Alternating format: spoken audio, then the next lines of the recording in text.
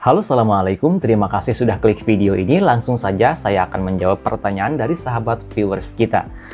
Pertanyaannya dari akun YouTube @wilbertwijaya1000. Selamat sore, Pak.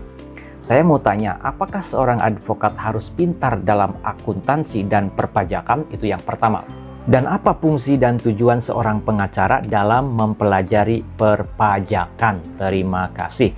Itu pertanyaan dari sahabat viewers kita tadi. Langsung saja kita bahas.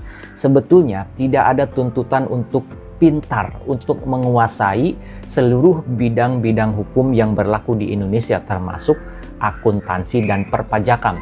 Tidak ada tuntutan dan kewajiban atau keharusan bagi seorang advokat untuk menguasai bidang akuntansi dan perpajakan.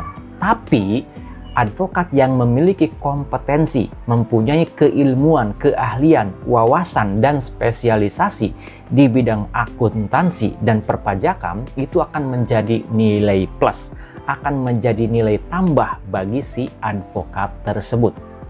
Karena saat ini di Indonesia sudah ada yang namanya pengadilan pajak.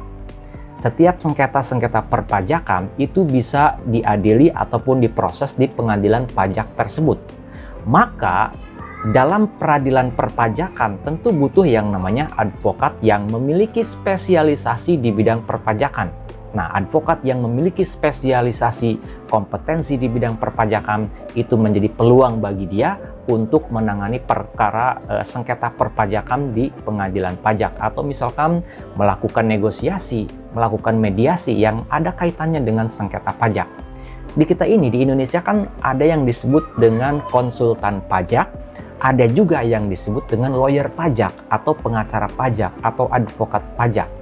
Nah, itu ada perbedaannya.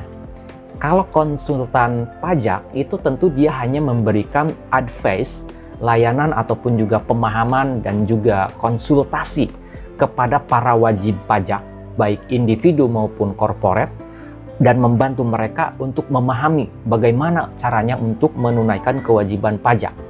Pokoknya berkaitan dengan penunaian kewajiban pajak, itu ranahnya konsultan pajak. Tapi kalau pengacara perpajakan, itu dia lebih luas. Dia bisa memberikan konsultasi, tapi dia juga bisa mendampingi kliennya, baik individu maupun korporat, ketika perkara atau sengketa perpajakannya masuk ke ranah peradilan perpajakan. Di situ dia bisa masuk. Konsultan pajak kan hanya sebatas memberikan konsultasinya saja untuk wajib pajak. Bisa nggak dia bersidang, misalkan mewakili kliennya sidang di dunia pajak atau di peradilan pajak?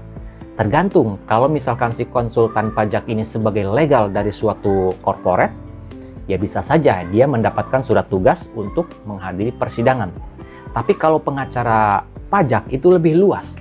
Dia bisa menjadi kuasa hukum perpajakan dari seorang individu maupun korporat yang bersengketa di pengadilan pajak. Nah, itu ya.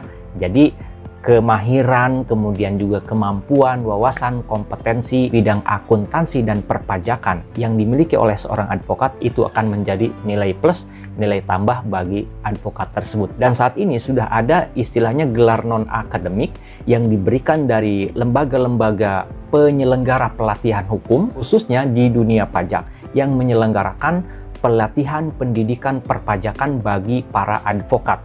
Yang mana ketika mereka sudah mengikuti pendidikan tersebut, mereka akan mendapatkan gelar profesionalisme, gelar spesialisasi yang disebut dengan CTL, ya, Certified Tax Lawyer. Jadi pengacara perpajakan yang bersertifikat. Kalau dia sudah punya sertifikat pengacara pajak, maka ketika misalkan dia punya klien dari perusahaan yang bersengketa dengan pajak, itu dia akan lebih mudah untuk mendapat kuasa dari mereka dari korporat yang punya sengketa perpajakan tersebut. Itu saja jawaban dari saya, semoga bisa menambah wawasan bagi kita semua. Kalau menurut teman-teman video ini ada gunanya, channel ini ada manfaatnya, saya mohon keikhlasan untuk subscribe ke channel Pengacara Santuy. Bukan siapa-siapa, hanya lawyer Deso. Sampai jumpa di video-video selanjutnya. Assalamualaikum warahmatullahi wabarakatuh.